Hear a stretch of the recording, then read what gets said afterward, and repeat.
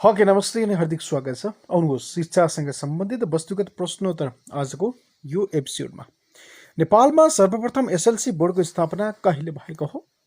नेपालमा सर्वप्रथम एसएलसी बोर्डको स्थापना कहिले भएको हो? सही जवाफ हो विक्रम सम्वत 1990। नेपालको पहिलो शिक्षा मन्त्री को हुन्? नेपालको पहिलो शिक्षा मन्त्री को हुन्? सही जवाफ हो निरिपजङ राणा। नेपालको पहिलो शिक्षा मन्त्री निरिपजङ राणा हुन्। नेपालमा पहिले एसएलसी पास गर्ने व्यक्ति को हुन्? नेपालमा पहिले एसएलसी पास गर्ने व्यक्ति को हुन्? सही जवाफ हो चन्द्र शमशेर। राइट। नेपालमा पहिले एसएलसी पास गर्ने व्यक्ति चन्द्र शमशेर हुन् साथीहरू। त्यस्तै बाल अधिकार महासन्धि कहिलेदेखि लागू भएको हो? बाल अधिकार महासन्धि कहिलेदेखि लागू भएको हो? सही जवाफ हो 2 सेप्टेम्बर 1990। 2 सेप्टेम्बर 1990 देखि लागू भएको हो बाल अधिकार महासन्धि। त्यस्तै दरबार स्कुलको स्थापना कहिले भएको हो? दरबार स्कुलको स्थापना कहिले भएको हो? सही जवाफ हो विक्रम सम्वत 1910 असौज 27 गते। दरबार स्कुलको स्थापना 1910 असौज 27 गते भएको हो। त्रिभुवन विश्वविद्यालयको स्थापना कहिले भएको हो? त्रिभुवन विश्वविद्यालयको स्थापना कहिले भएको हो? सही जवाफ हो विक्रम सम्वत 2016 साल। साथीहरू त्रिभुवन विश्वविद्यालयको स्थापना 2016 सालमा भएको हो। पोखरा विश्वविद्यालयको स्थापना कहिले भएको हो? पोखरा विश्वविद्यालयको स्थापना कहिले भएको हो? सही जवाफ हो विक्रम सम्वत 2055 साल। पोखरा विश्वविद्यालयको स्थापना 2055 सालमा भएको हो। काठमाडौँ विश्वविद्यालयको स्थापना कहिले भएको हो? काठमाडौँ विश्वविद्यालयको स्थापना कहिले भएको हो? सही जवाफ हो विक्रम सम्वत 2048 साल। वीर पुस्तकालयको स्थापना कहिले भएको हो? वीर पुस्तकालयको स्थापना कहिले भएको हो? सही जवाफ हो विक्रम सम्वत 2057 साल। 2057 साल सही जवाफ हो। एसएलसीमा पूरक परीक्षाको सुरुवात कहिलेबाट भएको हो? एसएलसी जुन अहिले एसई भनेर भनिन्छ, जसमा पूरक परीक्षाको सुरुवात कहिलेबाट भएको हो? सही जवाफ हो विक्रम सम्वत 2003। राइट। विक्रम सम्वत 2003 सालबाट एसएलसीमा पूरक परीक्षाको सुरुवात भएको हो साथीहरू। नेपालमा चरखा आन्दोलन कहिलेदेखि सुरु भएको थियो? भनेको नेपालमा चरखा आन्दोलन कहिले भएको थियो? माफ गर्नु होला, पुनः सुन्नु होला। नेपालमा चरखा आन्दोलन कहिले भएको थियो? नेपालमा चरखा आन्दोलन कहिले भएको थियो? सही जवाफ हो विक्रम सम्वत 1987। चरखा आन्दोलन 1987 विक्रम सम्वत भनेर बुझ्नु होला। पृथ्वीमा ज्ञानभन्दा शुद्ध चिज अरू केही पनि छैन, यो भनाइ कसको हो? पृथ्वीमा ज्ञानभन्दा शुद्ध चिज अरू केही पनि छैन, यो भनाइ कसको हो? सही जवाफ हो भागवत गीता। सबैभन्दा पुरानो दर्शन कुन हो? सबैभन्दा पुरानो दर्शन कुन हो? सही जवाफ हो आदर्शवाद। सबैभन्दा पुरानो दर्शन आदर्शवाद हो साथीहरू। आत्म पहिचान नै शिक्षा हो, यो भनाइ कसको हो? आत्म पहिचान नै शिक्षा हो, यो भनाइ कसको हो? सही जवाफ हो शुक्रराज आचार्य। राइट। शुक्रराज आचार्य भनेर बुझ्नु होला। आत्म पहिचान नै शिक्षा हो उनको भनाइरहेको थियो। प्रकृतिवादी दर्शनका विचारक को हुन्? प्रकृतिवादी दर्शनका विचारक को हुन्? सही जवाफ हो थेल्स। साथीहरू प्रकृतिवादी दर्शनका विचारक थेल्स हुन्। शिक्षा जीवनका लागि तयारी होइन तर यो स्वयं जीवन हो, यो भनाइ कसको हो? शिक्षा जीवनको लागि तयारी होइन तर यो स्वयं जीवन हो। सही जवाफ हो जोन डिवे। जोन डिवेसको सही जवाफ हो। विश्वमा खुला विश्वविद्यालयको अवधारणा सर्वप्रथम कुन देशबाट आएको हो? विश्वमा खुला विश्वविद्यालयको अवधारणा सर्वप्रथम कुन देशबाट आएको हो? सही जवाफ हो बेलायत। साथीहरू बेलायतबाट विश्व खुला विश्वविद्यालयको अवधारणा सर्वप्रथम आएको हो। संयुक्त राष्ट्रसङ्घले मानव अधिकारको विश्व घोषणापत्र कहिले जारी गरेको थियो? संयुक्त राष्ट्रसङ्घले मानव अधिकारको विश्व घोषणापत्र कहिले जारी गरेको थियो? सही जवाफ हो 10 डिसेम्बर 1948।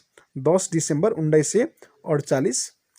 बाल अधिकार सम्बन्धी अन्तर्राष्ट्रिय महासन्धि सन् 1989ले कति वर्ष उमेरसम्मका लागि बाल बालिका भनी परिभाषित गरेको छ?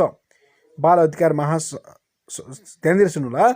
बाल अधिकार सम्बन्धी अन्तर्राष्ट्रिय महासन्धि सन् 1989 ले कति वर्ष उमेरसम्मका लागि बाल बालिका भनी परिभाषित गरेको छ?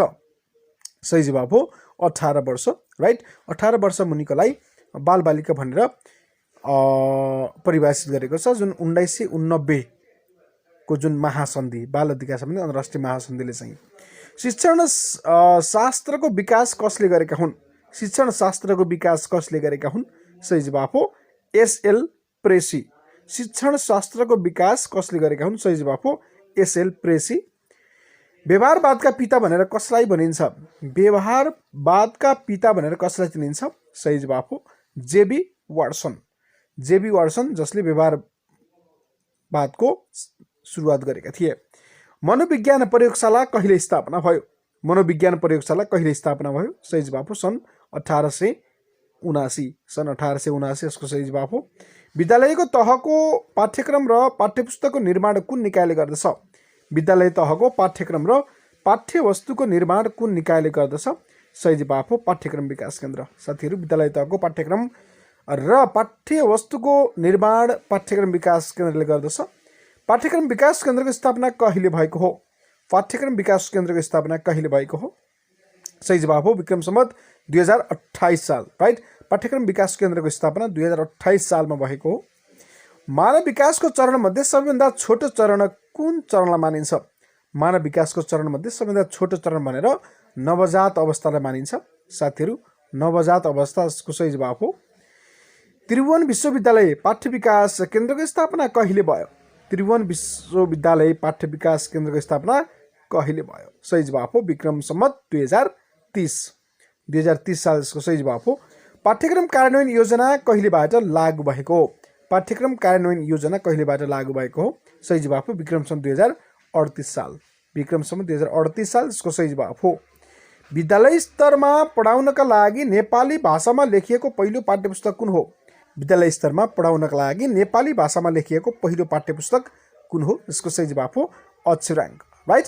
अक्षराङ्क विद्यालय स्तर पढाउनका लागि प्रयोग गरिएको पहिलो नेपाली भाषामा लेखिएको पाठ्यपुस्तक हो। साथीहरू, अंशु वर्माले निर्माण गरेको शास्त्रलाई के भनिन्छ?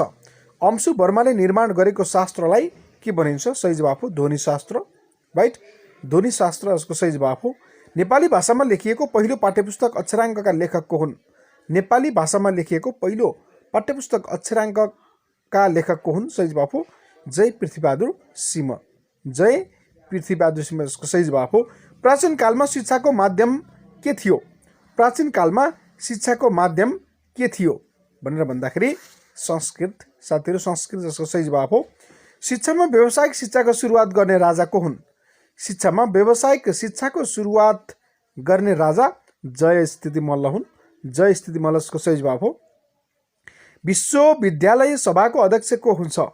विश्वविद्यालयको सभाको अध्यक्ष को हुन्छ? सही जवाब हो कुलपति।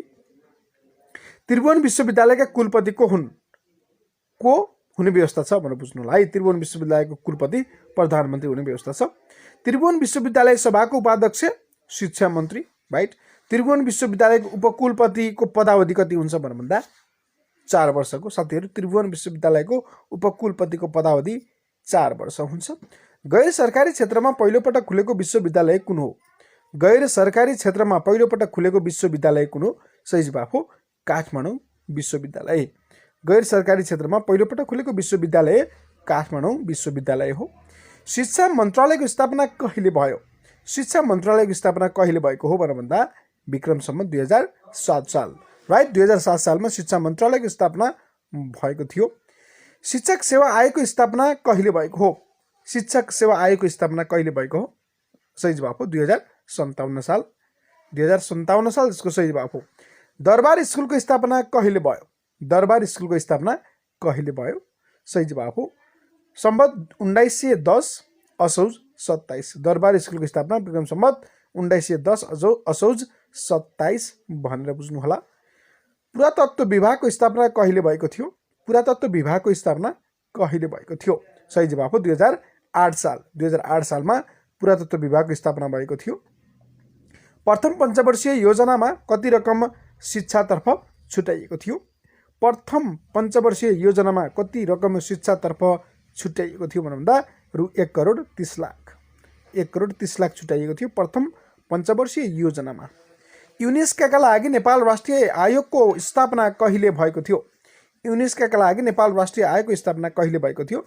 सही जवाफ हो 2020 पौष 2020 पौष जसको सही जवाफ हो। लोकसेवा आयोगको स्थापना कहिले भएको थियो? लोकसेवा आयोगको स्थापना कहिले भएको थियो? विक्रम सम्वत 2008 असाढ 2 गते। लोकसेवा आयोगको स्थापना 2008 साल असाढ 2 गते भनेर बुझ्नुहोला। युनेस्को आयोगको अध्यक्ष को हुने व्यवस्था छ? शिक्षा मन्त्री यसको सही जवाफ हो। संस्कृत महाविद्यालयको स्थापना कहिले भएको थियो? संस्कृत महाविद्यालयको स्थापना कहिले भएको थियो? सही जवाफ लेखेर तपाईँले के गर्नु होला भनेर भन्दाखेरि चाहिँ कमेन्ट बक्समा छाड्ने प्रयास गर्नुहोला। Okay, thank you very much, wish you all the best. अर्को एपिसोडमा हामी पक्कै भेट्नेछौँ। ब्राइटर नलेजसँगै रहन सक्नुहुनेछ। हामीलाई सब्सक्राइब गरेर बेल आइकन थिच्नुभयो भने हाम्रो अल नोटिफिकेसन प्राप्त गर्न सक्नुहुनेछ। Okay, thank you so much, wish you all the best once again. Stay safe, thank you very much.